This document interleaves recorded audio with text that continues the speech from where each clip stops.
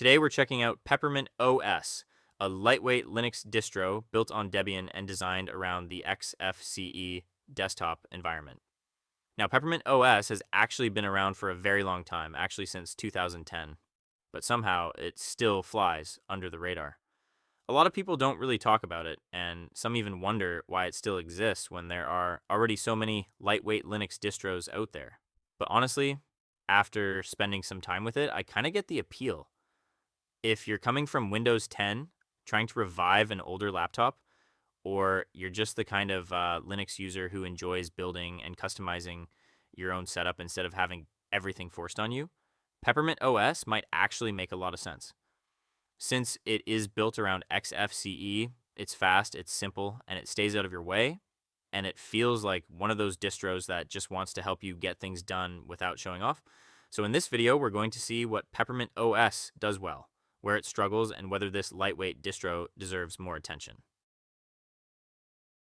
So to get started, head over to the official Peppermint OS website. And one thing I found interesting is the message right on the homepage.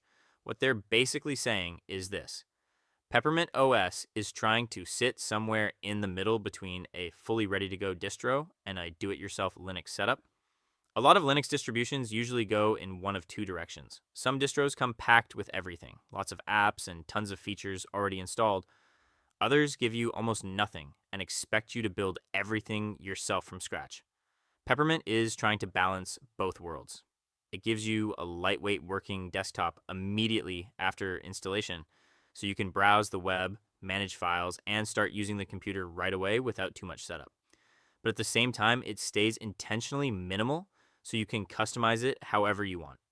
So instead of forcing a specific workflow on you, Peppermint gives you a fast, lightweight foundation, and it is up to you to build the system your own way. Example: Linux Mint and MX. Linux come with LibreOffice Suite. Pre-installed by default, Peppermint does not. Peppermint OS is built on top of Debian, and Debian has different release branches. So here, you're choosing between Bookworm, the current older, stable Debian base Trixie, the newer Debian release. If you want the longest future support and newer software versions, then Trixie is the better choice going forward. However, right now, Bookworm gives you more Peppermint editions and options to choose from.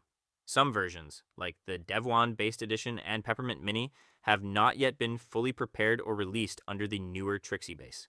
So if you specifically want those editions today, Bookworm may currently be the more practical option.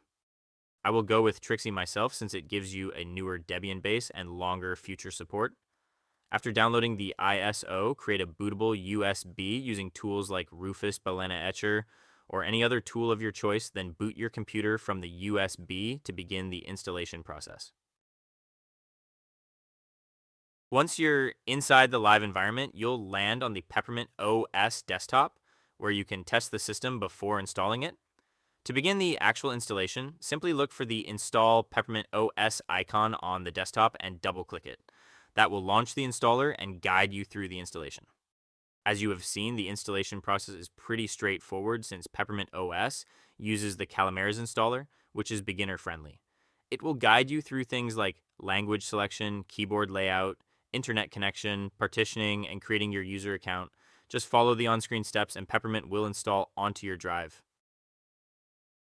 Once everything is set up and you're happy with your choices, click on Install, and at this point, the installer will begin copying files, configuring the system, and installing the bootloader onto your drive. Just sit back and wait for the installation to complete. All right, we're done. At this point, remove the USB drive from the computer and click Restart to reboot the machine. Your system should now boot straight into Peppermint OS from the hard drive.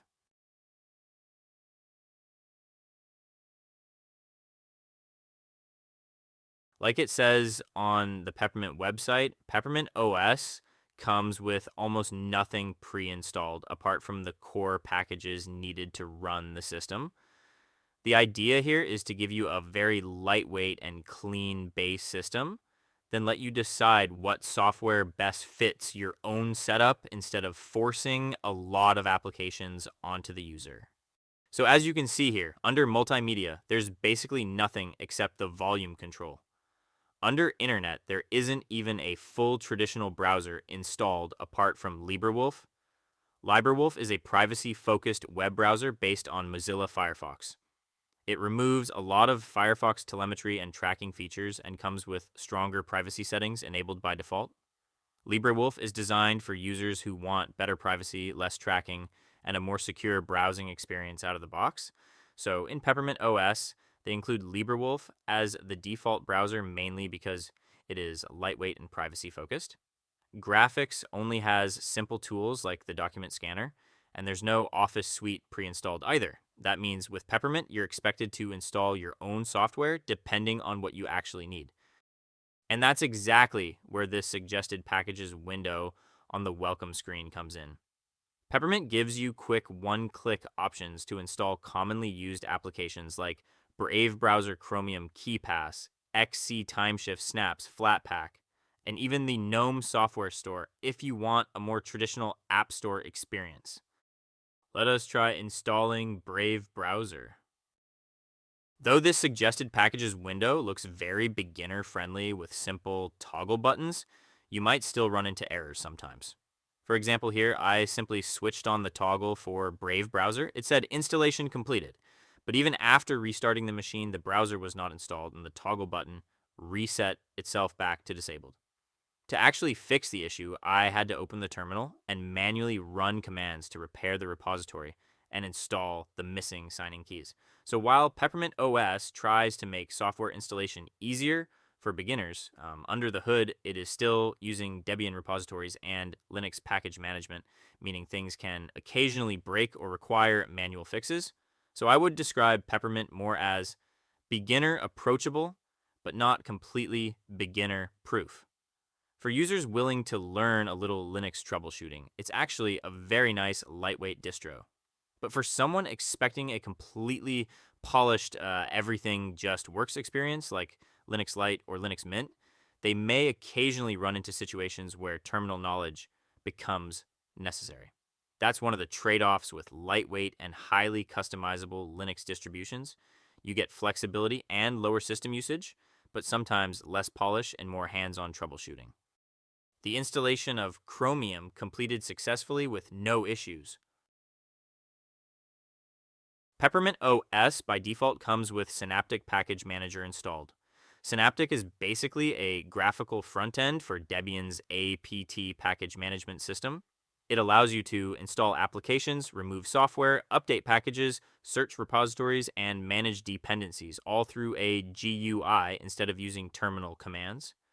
Now, the good thing about Synaptic is that it is extremely powerful and reliable. Advanced Linux users can honestly use it exclusively for managing software without ever needing an app store. It gives you very deep control over the system and lets you see package versions, dependencies, libraries, repositories, and detailed package information. However, for complete beginners, Synaptic may not feel very modern or user-friendly compared to app stores like GNOME software or the Microsoft Store on Windows 11. The interface looks old school and technical, and instead of showing screenshots, ratings, descriptions, and simple install buttons, it mostly presents long package lists and technical names, so beginners may find it intimidating at first. That's probably why Peppermint also gives users the option to install the GNOME software store from the suggested packages window if they want a more traditional app store experience. So let us now install the GNOME software store by simply toggling on the button from the suggested packages window.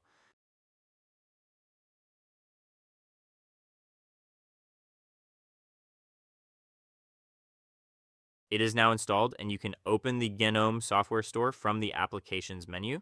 You can use it to browse and install applications, search for software, manage updates, remove installed programs, and install things like Flatpaks if supported. Unlike Synaptic, GNOME software gives you a more modern App Store style experience, making it much more beginner-friendly for discovering and managing applications. Now, one thing to note is that Flatpak is not enabled by default. So if you want access to more desktop applications like Google Chrome and many other apps through the software store, you'll first need to enable Flatpak support. So let us go ahead and enable Flatpak by toggling on the button in the suggested packages window. All right, Flatpak is now enabled. Let us restart the machine, then come back and check if everything enabled properly and whether Flatpak applications are now available inside the software store.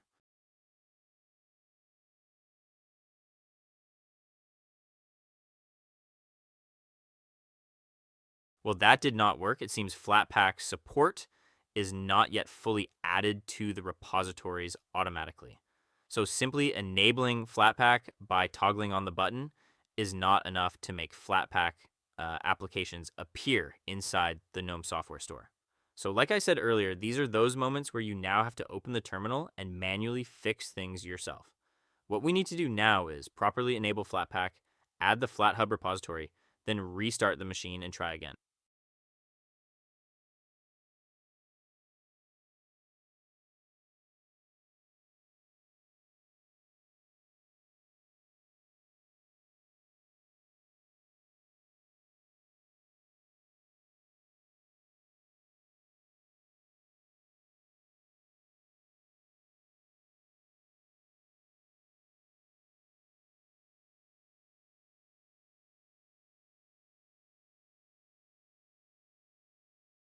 Well, again, that did not work. Flatpak is not in the repos.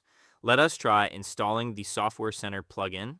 The plugin allows you to browse, install, and update Flatpak apps using your desktop's built-in graphical interface like GNOME software.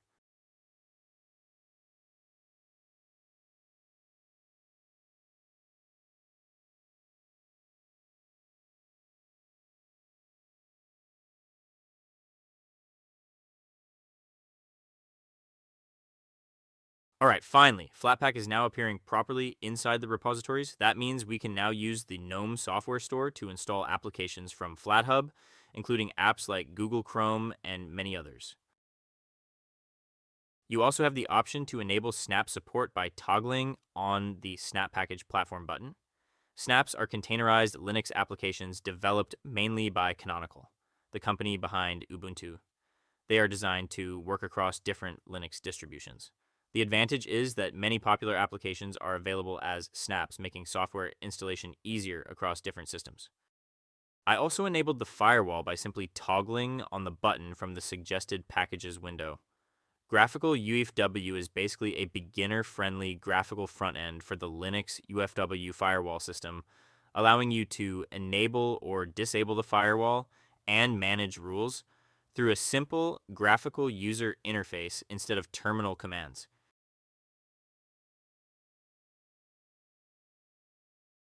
Peppermint OS also comes with a tool called Xdaily. Xdaily is basically a simple maintenance and system management utility designed to help automate common Linux housekeeping tasks.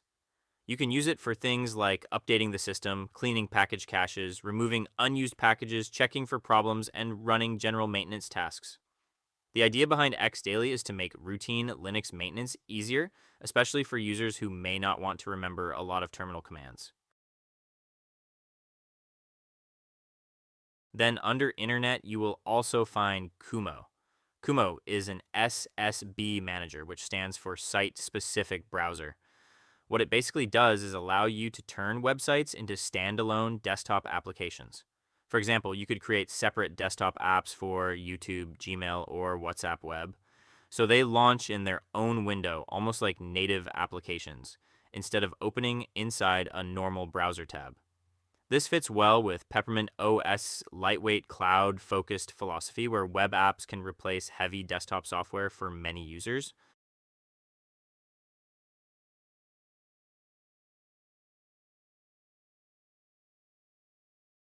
The rest, things like system settings, changing themes, wallpapers, appearance tweaks, and customizing the desktop, you can easily explore yourself as you continue getting used to the operating system. And honestly, that's part of the fun with Linux. Peppermint gives you a lightweight base system that you can slowly customize and shape into your own setup. Overall, Peppermint OS is probably best suited for users with older or low spec hardware, people who like lightweight Linux distributions, users who prefer building their own system, and intermediate Linux users who do not mind occasional troubleshooting.